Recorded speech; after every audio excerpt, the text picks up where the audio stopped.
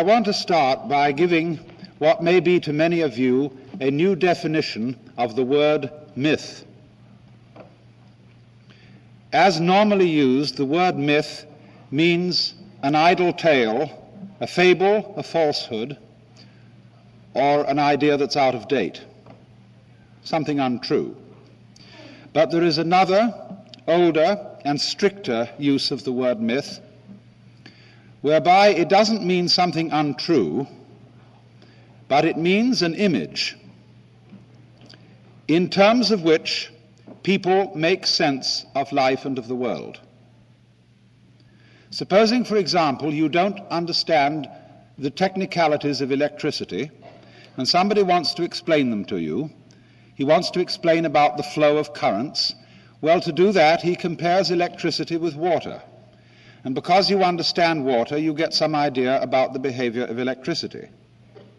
Or if an astronomer wants to explain to you what he means by expanding space, he'll use the metaphor of a balloon, a black balloon with white spots on it. The white spots represent the galaxies. And then if you blow up the balloon, they all get further away from each other at the same speed as the balloon blows up. In neither case are we saying that electricity is water or that the universe is a balloon with white spots on it. We are saying it's something like it. And so in the same way, the human being has always used images to represent his deepest ideas of how the universe works and what man's place in it is. And tonight I'm going to discuss certain aspects of two of the greatest myths in this sense of the word which have influenced mankind's thinking. First of all, the myth of the universe as an artifact, as something made, as a carpenter makes tables, chairs, and houses, or as a potter makes pots, or as a sculptor makes figurines. And on the other hand, the image of the world as a drama, in which all the things in the world are not made but acted in the same way as a player acts parts. For these are the two great images which govern respectively the religions of the West, descending from Hebraism, that is to say, Hebraism itself, Christianity, and Islam, and on the other hand, the myth which governs those religions which have had their origin in India, most particularly Hinduism itself, and to a lesser extent Buddhism. And I want to make it perfectly plain before I go any further that in talking about these two great religious traditions, in terms of images, I am talking about the way they express themselves at a rather popular level. Sophisticated Christians and sophisticated Hindus think beyond images. For example, a Christian may think of God as the Father, but a sophisticated and educated Christian does not imagine that God is a cosmic male parent with a white beard sitting on a golden throne above the stars. Nor does a Hindu imagine literally that God is the super showman, the big actor. These images are what it is like, not what it is. And perhaps when I get through with discussing them, we'll be able to ask the question as to whether any of these images still make sense to us in this 20th century when we have a view of the world so powerfully shaped by Western science. Now let me begin then with a few things about the image of the world, and thus the image of man, as it comes to us from the Hebrew Bible. It's said in the book of Genesis that the Lord God created man out of the dust of the earth, as if he had made of Adam a clay figurine. And then he blew the breath of life into its nostrils, and the figurine became alive. and it said that the figurine was made in the image of God. For God, who is conceived in this particular image as personal, as a living, intelligent spirit, creates in man something like that. But you must note very definitely that this is a creation, as the potter makes a pot out of clay. For the creature that the Lord God has made is not God. The creature is something less than God, something like God but not God. And you will see some very interesting consequences follow from this idea of the world as an artifact. What follows from it is that the whole universe is seen as a marvelous technical accomplishment. And if it is made, there must be an explanation of how it is made. And the whole history of Western thought has in many ways been an attempt to discover how the Creator did it. What were the principles? What were the laws laid down? What, in other words, was the blueprint that underlies this creation? And this image has therefore persisted throughout Western history and continues on into a time when very many people do not believe in Christianity or Judaism or Islam. They are, you might say, agnostics or atheists, but they still carry on something of this idea of the world as an artifact. If you are a Christian or a Jew, you believe that the world is the artifact, the creation, of the intelligent spirit called God. But if in this culture you are an atheist or an agnostic, you believe that the world is an automatic machine without a creator, something which made itself. We might say then that our original model of the universe was the ceramic model. And the Bible is full of references to God as the potter who makes the world out of obedient clay. But when Western thinkers in the 18th century began to drop the idea of a personal God, they kept the idea of the artifact, and so we could say that after the ceramic model of the universe, we got the fully automatic model. And still, you see, underlying our way of thinking about things is the question, how are they put together? And if you want to find out, one of the obvious ways to proceed is to take them to pieces.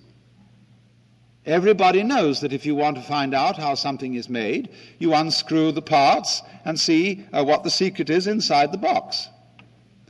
And so Western science in its beginnings took everything apart. It took animals apart.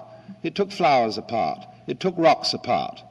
And then when they got it reduced to its tiniest pieces, they tried to find methods of taking those apart too, so that we could eventually discover what the very smallest small things were, and so know what building blocks the Creator, or the fully automatic model, used in order to put it all together, hoping that that would lead us to an understanding of how life works. Man himself in all this was looked upon as a creation, something made. Only there were some difficulties about this, because if you believe in the world in accordance with the idea of the fully automatic model, you've really got to admit that man too is fully automatic. In other words, he's a machine rather than a person. Man is something, in other words, that says, doffs its hat to you and says, how do you do? I'm a person, I'm alive, I'm sensible, I talk, I have feelings. But you wonder, do you really? Or are you just an automaton? Am I real, or am I just an automaton? The general result of the Western image of man hasn't been quite that. What it's come down to under the dispensation of the fully automatic model is this. We are living beings, we're very sensitive, and inside the human skin, by an extraordinary fluke of nature, there has arisen something called reason. And there have also arisen values, such as love. But this was a fluke, because it happened inside a fully automatic universe, which is stupid, because it's merely automatic. You won't, in other words, find anything really intelligent outside human skins. And therefore, if that is so, the only thing that people can do, if they want to maintain reason and love in this universe, is to fight nature and beat the stupid external world into submission to the human will. And so the war against nature is the great project thus far of Western technology. Because you see, each one of us, because we have inherit from thousands of years of history a view of man as something made and almost of a sort of breath breathed into a pot of clay or an image of clay, a kind of, each one feels himself as a globule of consciousness or mind living inside a vehicle called my body. And since the world outside that body is stupid, we feel estranged from the world. When we find out how enormous the universe is, that makes us as individuals feel extremely unimportant and rather lonely. Because you see, we consider ourselves, our basic image of ourselves, is of a soul or an ego or a mind, all by itself in its little house, looking out at a world that is strange and that is not me. I am therefore a brief interval of consciousness between the darkness and the darkness. And that isn't too happy. I would like to be able to believe that it was more than that. If I could, so many of us say, if I could only still believe that there is an intelligent and eternal God in whose eyes I am important and who has the power to enable me to live forever, that would be very nice. But for many people, that's an extraordinarily difficult thing to believe. Now I want to contrast this image of the world with another, what I call the dramatic image as distinct from the image of the potter, or the ceramic image. And this will be the presiding image of Hinduism. Their idea is this, that God didn't make the world like a technologist, but he acted it. That is to say, every person and everything for that matter, every tree, every flower, every animal, every star, every rock, every grain of dust is a role or part which the Godhead is playing. You must understand, of course, that the Hindu image of God is a little bit different from the Jewish, the Christian, and the Islamic. When I was a little boy, I used to ask my mother interminable questions. And when she got sick of it, she said, "My dear, there are some things in this life that we're just not meant to know." Well, I said, "Will we ever know?" She said, "Yes. If you die and then go to heaven, God will explain it all." And so I used to hope that on wet afternoons in heaven, we would all be able to sit round the throne of grace and say to the Lord, "Why did you do this and why did you do that?" And he would explain. Every child in the West asks his mother, "How was I made?" And nobody knows, but they know that perhaps somebody does, and that'll be God, and he'll be able to explain. Likewise, if anybody gets mentally deranged and claims to be God, we always humor such people by asking them technical questions. How did you make the world in 6 days? Or if you're God, why couldn't you change this plate into a rabbit? But that is because in our popular image of God, God is the supreme technocrat. He knows all the answers. He understands everything in detail and could tell you all about it. But the Hindus don't think of God that way. If you ask the Hindu God, how did you create the human body? He would say, look, I know how I did it, but it can't be explained in words, because words are too clumsy.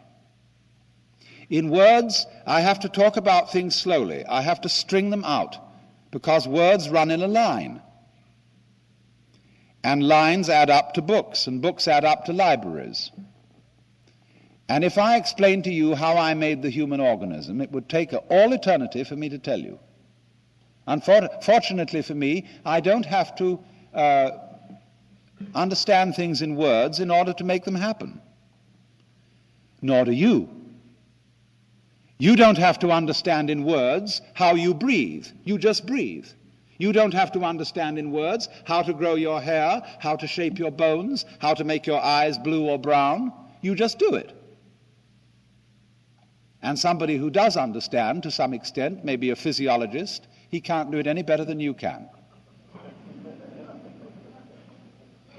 So that, you see, is the Hindu idea of divine omnipotence. And that is why their images of the gods very often have many arms.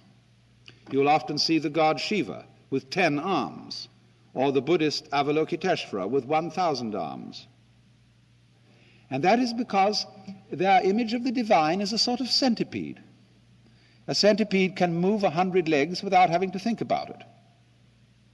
So Shiva can move 10 arms very dexterously without having to think about it. And you know what happened to the centipede when it stopped to think how to move 100 legs. It got all balled up. So in this way, the Hindus do not think of God as being a technician in the sense of having a verbal or mathematical understanding of how the world is created. It's done in a simpler way, just like that. Only if we had to describe this simple way in words, it would be very complicated, but God, in their idea, doesn't need to do so. But the remarkable difference is that the Hindu doesn't see any fundamental division between God and the world. The world is God at play. The world is God acting. Now, how could you possibly arrive at such an idea? Very simply, when he tries to think why there is a world at all, because if you think about it, it is extraordinarily odd that there is anything. It would have been much simpler and required a great deal less energy for there to have been nothing. But here it is. And why? Well, what would you do if you were God? Or let me put it in a simpler way. Supposing that every night you could dream any dream you wanted to dream, what would you do? Well, first of all, I'm quite sure that most of us would dream all the marvelous things we wanted to happen. We would fulfill all our wishes. And we might go on that way for months. Besides, you could make it extraordinarily rich by wishing to dream 75 years in one night, full of glorious happenings. But after you've done that for a few months, you might begin to get a little tired of it. And you would say, what about an adventure tonight, in which something terribly exciting and rather dangerous is going to happen, but I'll know I'm dreaming, so it won't be too bad. And I'll wake up if it gets too serious. So you do that for a while. You rescue princesses in distress from dragons and all sorts of things.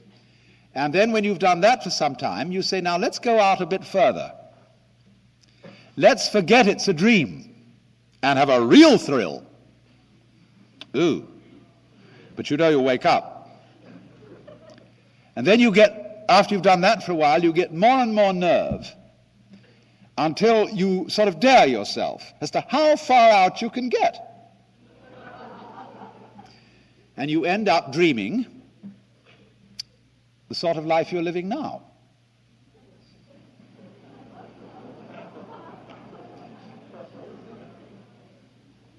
Now, why does one do that? Why would one do that?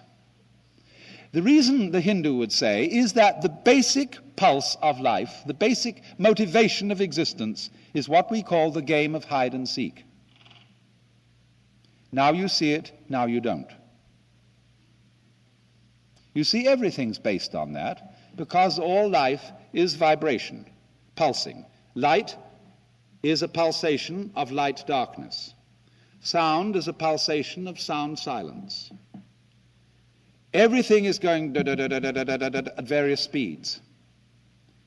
And in order to have, say, it's like the motion of a wave. Now, a wave consists of two pulses, the crest and the trough. You can't have crests without troughs. You can't have troughs without crests. They always go together. You can't have hide without seek. You can't have seek without hide. Just for example, you can't have here without there, because if you didn't know where there was, you wouldn't know where here was. You can't have is without isn't, because you don't know what you mean by is unless you also know what you mean by isn't, and vice versa. So in that way, they think that hide and seek is the fundamental game. As if the Lord, God, the Brahman as they call it, said in the beginning, "Get lost, man. Disappear, and I'll find you again later."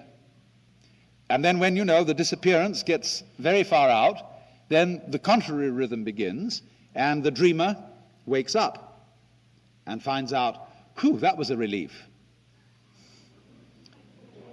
And then after a rest period in which everything is, of course, at peace, it starts all over again, because the spirit of adventure springs eternal. Now then, the Hindus had extremely vast ideas of space and time for their period in history, and they have the theory that the hiding part of the game goes on for 4,320,000 years, a period called a kalpa, K-A-L-P-A in Sanskrit. And then the seek part, that is to say, let me put it this way, the dreaming part is followed by the waking part. The dreaming is the hiding, where the Godhead imagines that it's all of us. Then for another 4,320,000 years, there's a period of awakening. And then at the end of that, again begins the dream. Now the dreaming period is further subdivided into 4 stages. The first stage is the longest, and it's the best. During that stage, the dream is beautiful. The second stage is not quite so long, and it's a little unsettling. There's an element of instability in it, a certain touch of insecurity.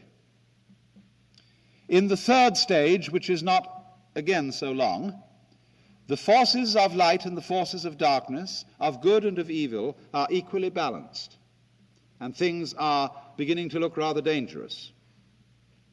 And in the fourth stage, which is the shortest of them all, the negative, dark, or evil side triumphs, and the whole thing blows up in the end.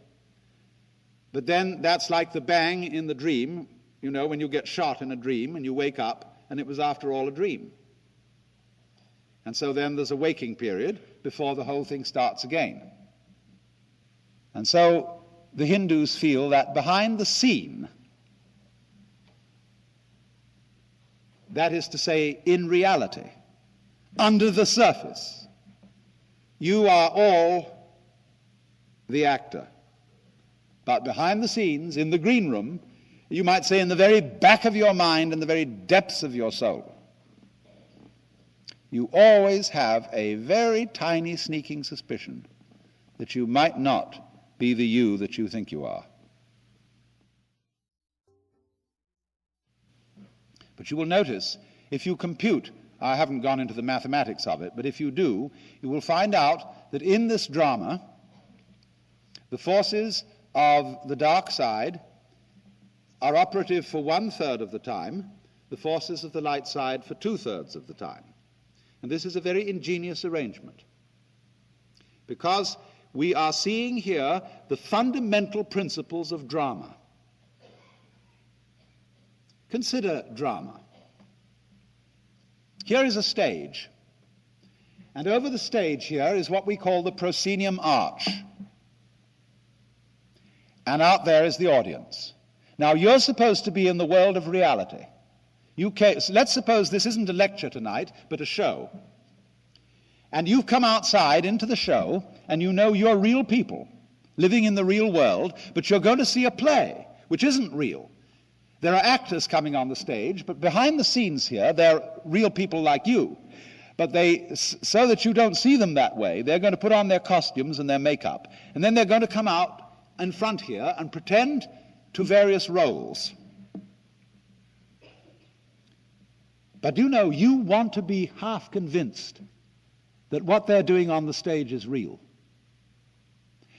And the work of a great actor is to get you sitting on the edge of your chair in anxiety, or weeping, or roaring with laughter, because he's almost persuaded you that what is on the stage is really happening. That is the greatness of his art, to take the audience in. And of course, in the same way, the Hindu feels that the Godhead acts his part so well that he takes himself in completely, so that each one of you is the Godhead, wonderfully fooled by your own act. And although you won't admit it to yourself, enjoying it like anything. Because you mustn't admit it. That'd give the show away. Now, it's a funny thing. When you say, I'm a person, the word person is a word from the drama. You know, when you open a play that is the script, you'll see the list of the actors, and it's called dramatis personae, the persons of the drama. And the word person in Latin is persona. That means through sound. Something through which sound comes. Because the persona in Greco-Roman drama was the mask worn by the actors, and because they acted on an open-air stage, the mouth was shaped like a small megaphone, and that would project the sound. So the person is the mask. Isn't it funny now how we've forgotten that? And so Harry Emerson Fosdick could write a book called How to Be a Real Person, which, if translated literally, is How to Be a Genuine Fake. Because in the old sense, you see, the person is the role, the part played by the actor. But if you forget, you see, that you are the actor, and you think you're the person, you've been taken in by your own role. You're enrolled. You're bewitched, spellbound, enchanted. So then, look at something else about the drama and its nature. In the drama, there has to be a villain. Unless, of course, you're acting some kind of a non-play, which doesn't have any story. But all fundamental stories start out with a status quo, where everybody's sort of going along, and then something has to come in to upset everything. And the interest of the play is, how are we going to solve it? It's the same when you play cards. Supposing you're playing solitaire. You start by shuffling the deck, and that introduces chaos. And the game is to play order against chaos. So in the drama, somebody has to be the villain and play the dark side. And then the hero plays against him. If you go to the theater for a good cry, then you let the villain win and you call it a tragedy. If you go for a thrill, you let the hero win. If you go for laughs, you call it a comedy. There are different arrangements then between the hero and the villain. But in all cases, when the curtain goes down at the end of the drama, the hero and the villain step out hand in hand, and the audience applaud both. They don't boo the villain at the end of the play. They applaud him for acting the part of the villain so well. And they applaud the hero for acting the part of the hero so well. Because they know that the hero role and the villain role are only masks. And so you see behind the stage, too, there is the green room, where after the play is over and before it begins, the masks are taken off. And so the Hindus feel that behind the scene, that is to say, in reality, under the surface, you are all the actor, marvelously skilled in playing many parts and in getting lost in the mazes of your own minds and the entanglements of your own affairs, as if this were the most urgent thing going. But behind the scenes, in the green room, you might say in the very back of your mind and the very depths of your soul, you always have a very tiny sneaking suspicion that you might not be the you that you think you are. The Germans call it a Hintergedanke, a thought way, way back in your head that you will hardly admit to yourself. Because, of course, you've been brought up, most of you, if you were brought up in the Hebrew Christian tradition, it would be very wicked indeed to think that you were God. That would be blasphemy. And don't you ever dare think such an idea. Which, of course, is all as it should be, because the show must go on. Until, of course, the time does come to stop. Now, you will see that this involves two quite different ways of dealing with the fundamental question, two fundamental questions. One, what is man? That is, who are you?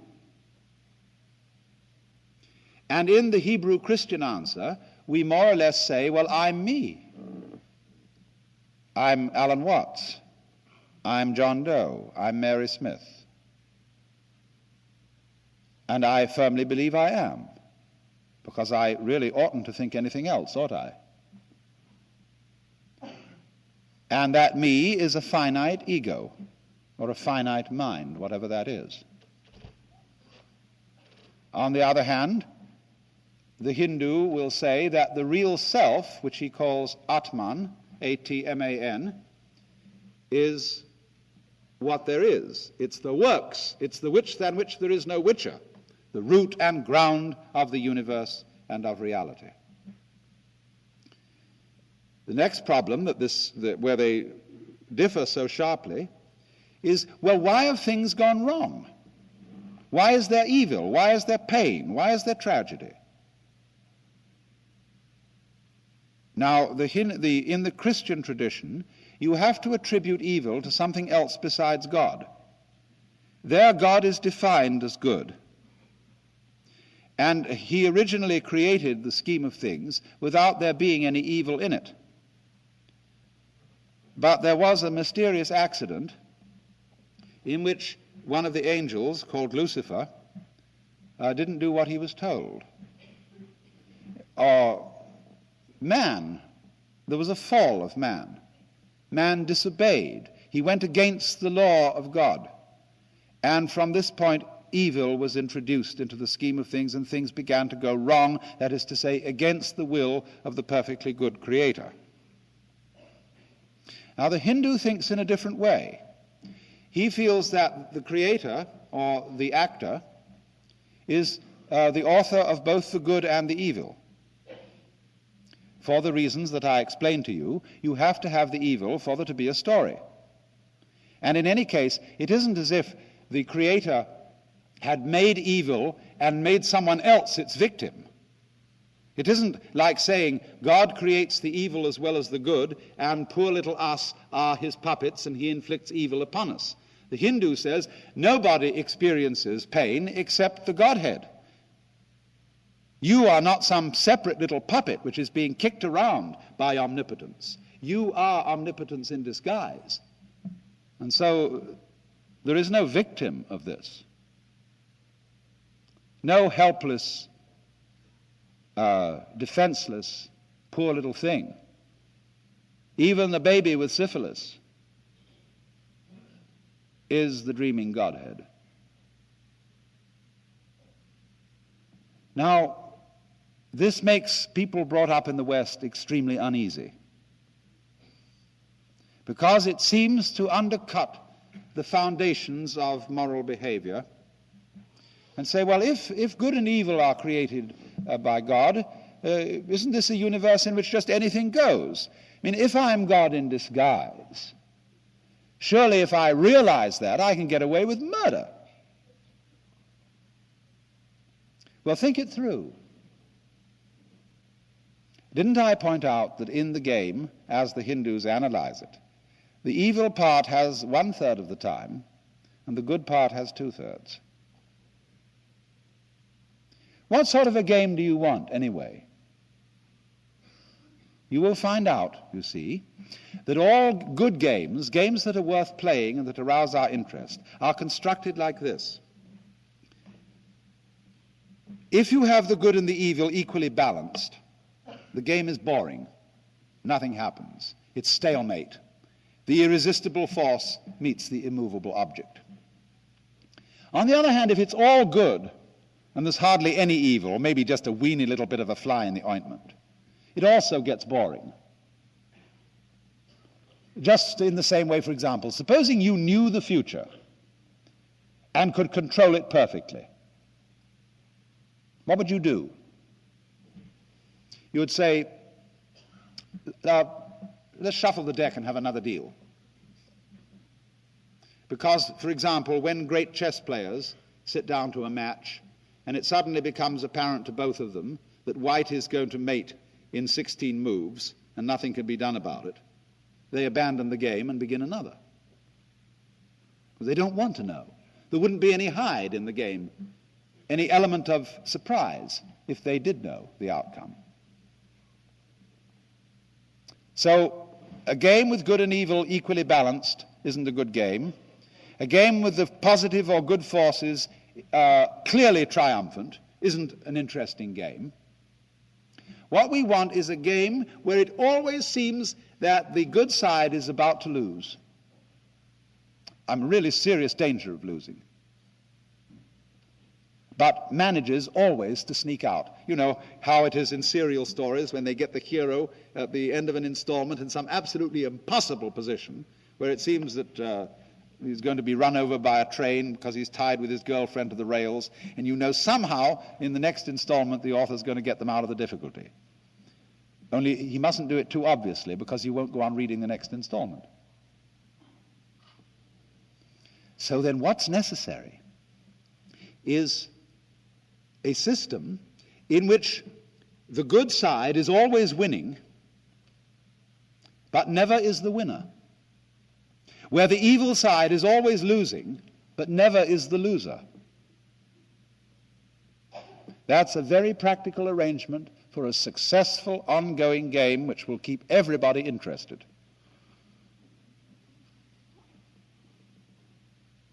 And you must watch this in practical politics. Every in-group or group of nice people needs an out-group of nasty people. Otherwise, they wouldn't know who they were.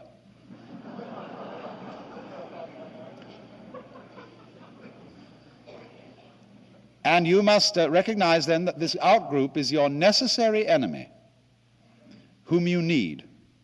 He keeps you on your toes. But you mustn't obliterate him. If you do, you're in a very dangerous state of affairs. So you have to love your enemies in this sense, regard them as highly necessary, and to be respected chivalrously. We need the communists. and they need us. The thing is to cool it and play what I call a contained conflict. When conflicts get out of hand, all sides blow up. Oh, of course, I suppose then there's another deal, maybe 1 million years later. Now, let me see if I can for a moment put these two visions of the world together. It seems that if you believe the Christian, Hebrew, Islamic view, that you can't admit the Hindu view.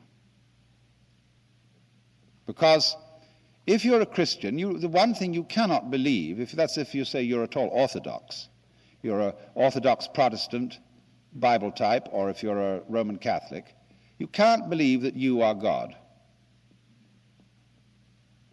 And so that excludes Hinduism, apparently.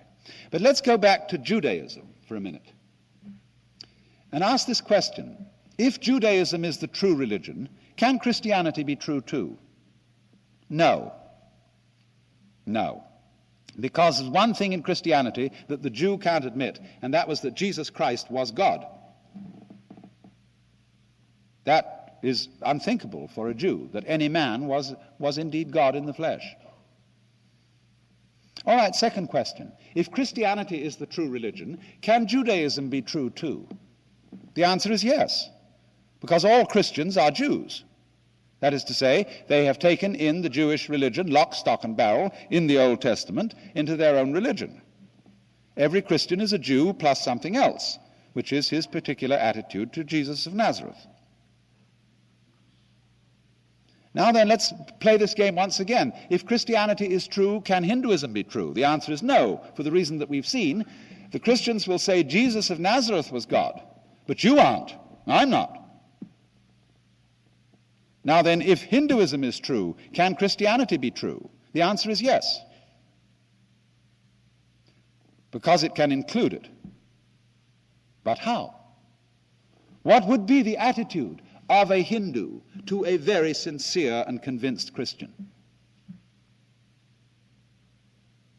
He would say, bravo. Absolutely marvelous. What an act. Here in this Christian soul, God is playing his most extraordinary game. He is believing and really feeling that he's not himself. And not only that, but that he is living only one life. And in that life, he's got to make the most momentous decision imaginable. In the course of this 80 years and 10, he's got to choose between everlasting beatitude and everlasting horror. And he's not quite sure how to do it. Because in Christianity there are two sins to be avoided, among others. One is called presumption, and that is knowing surely that you are saved. The other is called despair, which is knowing surely that you're damned. There's always a margin of doubt about this. Work out your salvation in fear and trembling. So you might say that this is preeminently the gambler's religion. Imagine, at some great casino, late at night, there is some marvelous master gambler who's been winning all night. And then suddenly he decides to stake his whole winnings on whether the ball lands on red or black. Sensation! Everybody gathers from all over the casino to watch this terrific gamble. So in the same way, the predicament in which the Christian soul finds itself is this colossal gamble, which is saying this universe can possibly contain in it ultimate tragedy. There could be such a thing as an absolute, final, irremediable mistake. And what a horror that thought is. And so the Hindu is sitting in the audience, fascinated by this Christian's extraordinary, reckless gamble. He says, that's a beautiful game. The Christian doesn't know it's a game, But the Hindu suspects it is. And he's a little bit admiring it, but not quite involved. Now you would say, perhaps, now you ought to be involved. Give your whole self to this. Make an act of commitment. You know, once to every man and nation comes the moment to decide, in the strife twixt truth and falsehood for the good or evil side. Then it is the brave man chooses while a coward stands aside, etc. That sounds great, doesn't it? Commitment. Stand up and be counted. It is a virtue, but on the other hand, you see another virtue, what we call being a good sport. If your enemy in the battle of life is to be regarded as an absolute enemy, who is pure evil, black as black can be, you can't be a good sport. You can accord him no chivalry, no honors of battle. You've got to annihilate him by any means possible, fair or foul. And that leads to some pretty sticky situations, especially when he has the means of annihilating you in just the same way. But if, on the other hand, in all contests, you know that while you're going to take it seriously and regard it as very important, in the back of your mind, in that little Hintergedanke, you know it is not ultimately important, although very important. And this saves you. This enables you to be a good player. You may worry about the word play, because we often use the word play in a trivial sense. Oh, you're just playing. Is life, you mean life is nothing but a game? The Hindus indeed call the creation of the universe the Leela, or the game, or the play of the divine. But we also use play in other senses. When you see Hamlet, which is by no means trivial, you are still going to a play. In church, the organist plays the organ. And in the book of Proverbs it is written that the divine wisdom created the world by playing before the throne of God. Play also, you see, has a deep sense. When we say music, even the music of Bach, as a great master of what we call serious music, is still playing. And so in the deeper sense of play, the Hindu sees this world as play, and therefore that the intense situations, personally, socially, and so on, that we're all involved in, are seen not as bad illusions, but as magnificent illusions, so well acted that they've just about got most of the actors fooled, so that they've forgotten who they are. And man thinks of himself, when he's been fooled, as a little creature that comes into this world, which is all strange and foreign, and he's just a little puppet of fate. And he's forgotten that the whole thing has at its root the self, which is also yourself.